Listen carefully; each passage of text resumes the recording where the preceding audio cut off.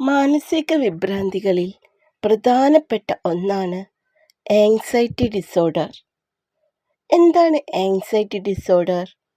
Anxiety disorder എന്ന് പറയുന്നത് anxiety plus fear. ജീവിതത്തിൽ എല്ലാവരും ആങ്സൈറ്റി അനുഭവിച്ചിട്ടുണ്ടായിരിക്കും. ഒരു പരിധിവരെ ഉത്കണ്ഠ നമ്മുടെ ജീവിതത്തിൽ അത്യാവശ്യവുമാണ്. ദുർഘടം പിടിച്ച സാഹചര്യങ്ങളിൽ നമ്മെ ബോധപൂർവം പെരുമാറാൻ ആങ്സൈറ്റി സഹായിക്കുന്നു. ഉദാഹരണമായി, രാത്രി സമയത്ത് നമ്മൾ പുറത്ത് സഞ്ചരിക്കുമ്പോൾ എപ്പോഴാണ് വീട്ടിലെത്തുക എന്ന ഉത്കണ്ഠയുണ്ടായിരിക്കും.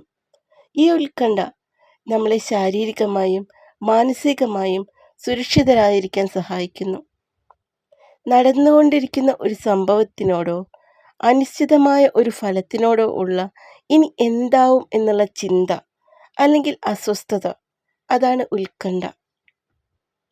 ചില വ്യക്തികൾ ഈ ഉത്കണ്ഠ ജീവിതത്തിലുടനീളം എക്സ്പീരിയൻസ് ചെയ്യുന്നുണ്ടെങ്കിൽ, അത് അവരുടെ ദൈനംദിന ജീവിതത്തിനും ബാധിക്കുന്നുണ്ടെങ്കിൽ ആങ്സൈറ്റി ഡിസോർഡറായിട്ട് കണക്കാക്കുന്നു. ആങ്സൈറ്റി ഡിസോർഡർ വരാനുള്ള കാരണങ്ങൾ എന്തൊക്കെയാവാം?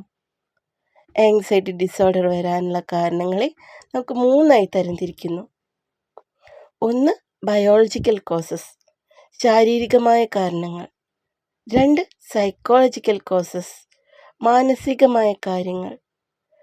3, സോഷ്യൽ കോസസ്, സാമൂഹികമായ കാരണങ്ങൾ. ബയോളജിക്കൽ കോസസ് എന്തെല്ലാമാണ്? ബയോളജിക്കലായിട്ടുള്ള അല്ലെങ്കിൽ ശാരീരികമായിട്ടുള്ള കാരണങ്ങൾ എന്തൊക്കെയാവാം? 1, പാരമ്പര്യമായിരിക്കാം. 2, തലച്ചോറിലെ ന്യൂറോ ട്രാൻസ്മിറ്ററുകളുടെ അഭാവമായിരിക്കാം. 3, അസുഖങ്ങളായിരിക്കാം. 4, സ്ഥിരമായി കഴിക്കുന്ന മരുന്നുകളാവാം. 2, സൈക്കോളജിക്കൽ കോസസ്, മാനസികമായ കാരണങ്ങൾ എന്തെല്ലാമാവാം? 1, വ്യക്തിത്വ വ്യതിയാനങ്ങൾ. 2, സ്വയം വിശ്വാസമില്ലായ്മ. 3, നെഗറ്റീവ് ചിന്തകൾ. 4, മനസ്സ് കലുഷിതമാവുന്ന അവസ്ഥ. 3, സോഷ്യൽ കോസസ്, സാമൂഹികമായ കാരണങ്ങൾ എന്തെല്ലാമാവാം? 1, ജീവിതത്തിലെ വ്യതിയാനങ്ങൾ. 2, സമൂഹത്തിൽ ആരും സഹായത്തിനില്ലാത്ത അവസ്ഥ. 3, ജോലിഭാരം. 4, പ്രകൃതി ദുരന്തങ്ങൾ. 5, പെട്ടെന്നുണ്ടാവുന്ന സംഭവങ്ങൾ എന്ന് വെച്ചാൽ പ്രിയപ്പെട്ടവരുടെ വിയോഗം അല്ലെങ്കിൽ മരണം, അങ്ങനെയുള്ള കാരണങ്ങൾ. അപ്പോൾ ആങ്സൈറ്റി ഡിസോർഡർ വരാനുള്ള കാരണങ്ങൾ 3ആയി തരംതിരിച്ചിരിക്കുന്നു: biological causes, psychological causes and social causes. Okay, anxiety disorder ഉണ്ടാവാനുള്ള കാരണങ്ങൾ നമ്മൾ പറഞ്ഞു. ആങ്സൈറ്റി ഡിസോർഡറിൻ്റെ ലക്ഷണങ്ങൾ എന്തൊക്കെയാണ്? നമുക്കൊന്ന് നോക്കാം. 1, ശരീരം വിറയൽ. 2, തൊണ്ട വരൾച്ച.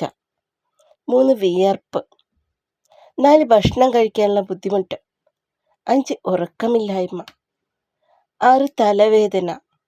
7, നെഞ്ചിൽ അസ്വസ്ഥത. 8, ശ്വാസമെടുക്കാനുള്ള ബുദ്ധിമുട്ട്. 9, ഏകാഗ്രത കുറയുക. 10, ശ്രദ്ധ നഷ്ടപ്പെടുക. 11, ഹൃദയമിടിപ്പ് ഉയരുക. 12, വയറെരിച്ചിൽ. 13, ഓക്കാനം. 14, വയറുവേദന. 15, വയറിളക്കം. 16, മസിൽ വേദന. 17, ക്ഷീണം. 18, ഒരു ഭാഗത്തും ഒതുങ്ങിയിരിക്കാൻ പറ്റാത്ത അവസ്ഥ. ഇവയൊക്കെയാണ് ആങ്സൈറ്റി ഡിസോർഡറിൻ്റെ ലക്ഷണങ്ങൾ. ആങ്സൈറ്റി ഡിസോർഡറിനെ 5ആയി തരംതിരിച്ചിരിക്കുന്നു. 1, phobic disorder. 2, panic disorder. 3, generalised disorder. 4, obsessive compulsive disorder. 5, stress disorder.